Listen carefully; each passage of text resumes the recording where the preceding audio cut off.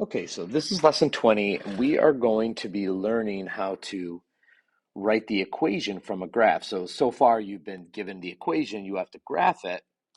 Now we're going to give you the graph, you got to write the equation. Makes sense. We're just going to go in the opposite direction. The good news is you know how to do most of this already. We are going to be doing this both in slope-intercept form and in standard form. All right, so let's get started. The first thing we're going to do is we are going to identify our y-intercept, which is going, since I wrote it as y-intercept here, I'm actually going to write it as 0, -3. But what I really care about is that that's going to be my b term. When we're talking about y equals mx plus b, remember that we need a slope and we need a y-intercept. We need b as our y-intercept, so there you go. Then what I have to do is I have to find another point on the graph so that I can get my slope. Now, you've done this lots of times. So I'm going to use this point right here. And this goes up 2 and to the right 3. So I'm just going to put a +2 and a +3 here. And so now I know that my slope is 2/3. Now you can do that like I did by counting boxes, or if you want to, you can use the formula. Okay, so now that I have those two pieces of information, now I can actually go ahead and write the equations. Now, we're always going to start in slope-intercept form. If the question asks you to write the equation in standard form, you're actually going to start here and then move to standard form. If the question only asks for slope-intercept form, then all you have to do is this side.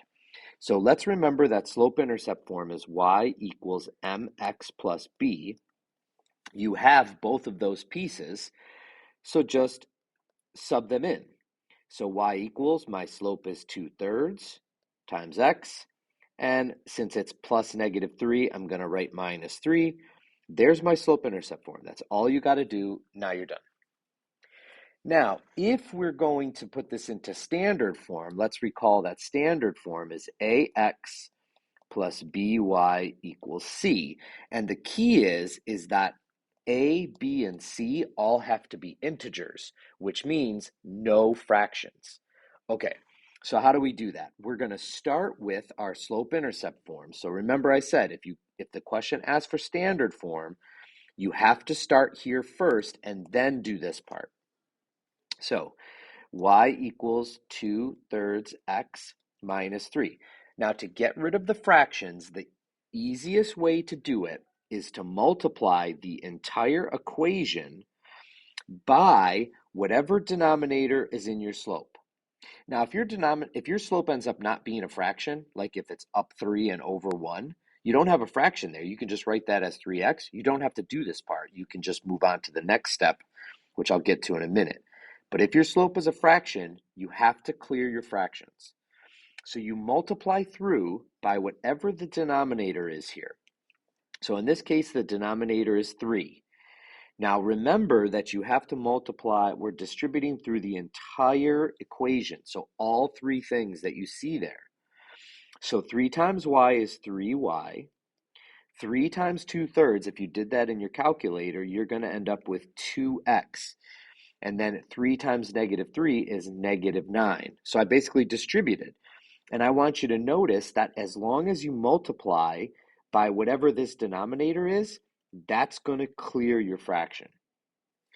And now all I have to do is subtract the 2x from both sides, because look at your form, x and y are on the same side.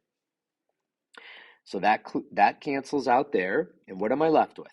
I'm left with -2x plus 3y equals -9.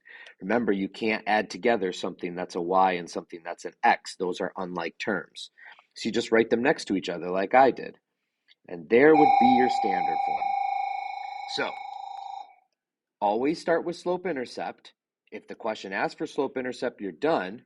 If the question asks for standard form, you do slope-intercept and then do a little bit more work to get it into standard form. That's it.